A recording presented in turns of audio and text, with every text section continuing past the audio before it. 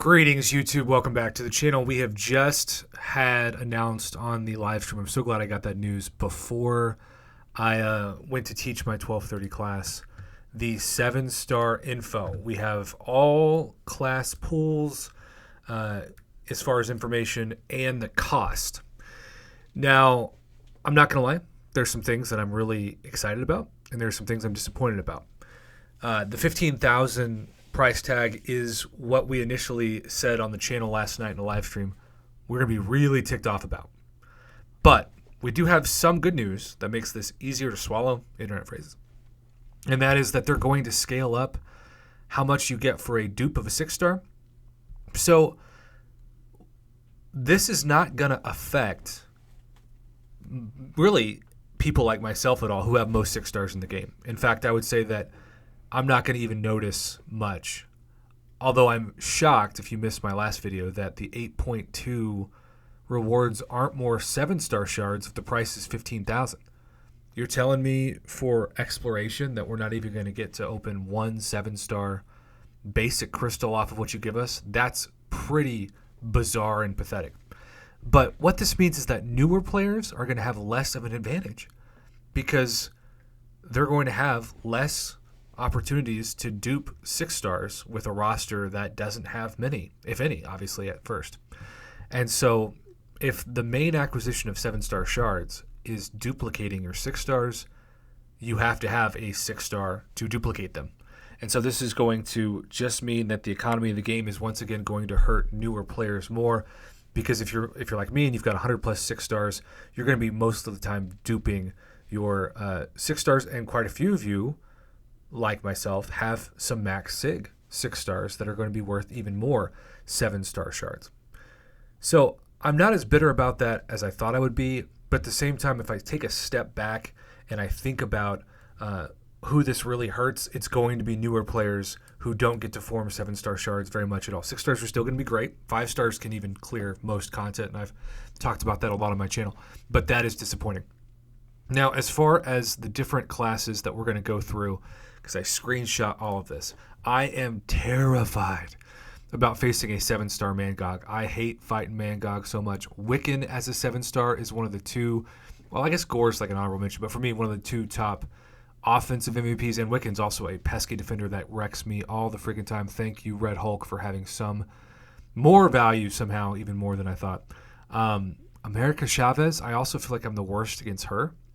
She is going to have tremendous value as a 7-star. A lot of new Mystic champions, like Wongers. So it's going to be, the Dragon Man one was the most obvious possible. But, why would they choose these defenders? Because between Alliance War and Battlegrounds, they're going to be really, really annoying. And so with increased attack and health pools, with obviously 7-stars over 6-stars, they want champions that people can use to win matches, because this is going to force more people to open more crystals to match. Because if you put out a rank 4, mostly right now, 6-star versus a rank 1 7-star, and that rank 1 7-star has, let's say, 10,000 more health, and you lose by 100 in Battlegrounds, it's because they used a 7-star. That's just, it is what it is.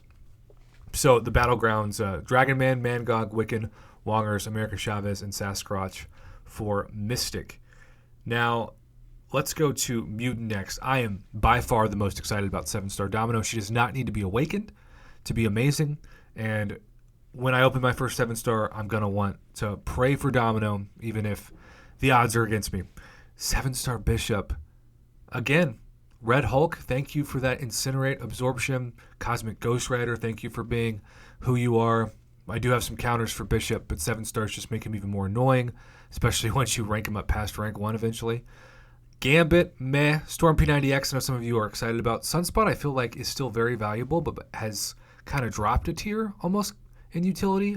And I'm not saying that to be disrespectful towards Sunspot. I just don't think he is now what he once was, because there have been so many amazing mutant champions that have been released since him. But I think a lot of people will still be happy with the 7-star Sunspot. Now we're going to go to a class that is quite fascinating to talk about, and that is Tech.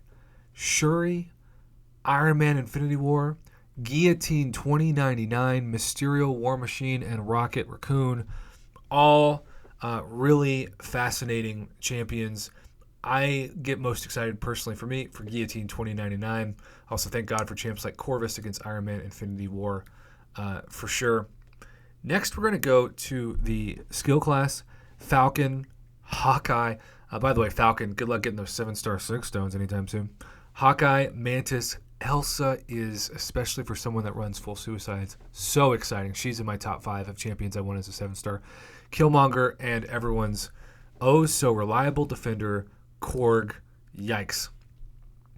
Another top 5 champion. I talked about this last night. Mama Bear actually argued with me that he wasn't going to be in there. It was going to be Venom the Duck, but not Venom. How about both?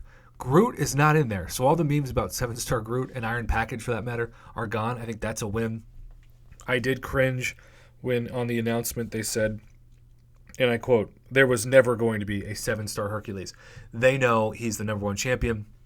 They also know he breaks so much of the game. And it was interesting to see them kind of like Twitch on Twitch when they talked about him. Terrax, Gore, Gamora, long form content. Silver Surfer, certainly for prestige more than anything else. Venom the Duck, and Venom. And so all of that is super fascinating. And I think I've talked about every class. But the science class, some of you are masters with Joe Fixit. And so you're going to be excited about a 7-star Joe Fixit. I love the new Hulk buff. He is going to be in the 7-star Overseer. Some of you have also told me on offense he is crazy underrated. And so 7-star Overseer will be exciting. Some of you love Spidey Gwen. Titania is very annoying to fight. And I think as a 7-star she will just be that much worse. There was a little controversy. He said that the Spider-Man buff has been generally received really well. I couldn't disagree more. I still feel like, especially without doing proper rotations, Spider-Man Symbiote is a much more enjoyable champion to play for me than Spider-Man Classic. So, I don't know. May 8th is going to be when the 7-stars hit. They talked about how they're going to be purple because they originally had like a Nickelodeon slime color that a lot of people didn't appreciate. So now the Mark II version is purple. They asked leakers to stop leaking their stuff. That was kind of an awkward moment that was in the first hour of the stream. Venom the Duck might get a buff at some point. They hinted that. And then, as I said, I think between America Chavez, Sasquatch, and Mangog as Mystic 7-stars, those defenders are going to be so annoying. Wiccan and Domino and Venom are my personal MVPs along with Elsa Bloodstone. Paragon Crystals aren't going to have 3 stars in them. We've been asking about that. Really, I don't think Cavalier Crystals should have had 3 stars in them. That's just me.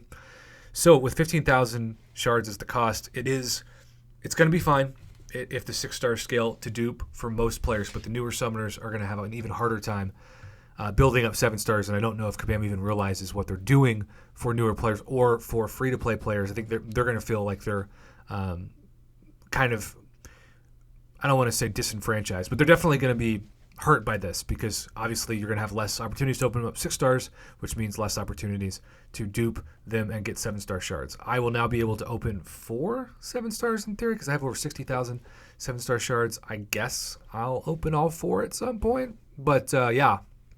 Mark your calendars for May 8th. In the meantime, let's make sure this is not a 10-minute video. Thanks for watching. Have a good one.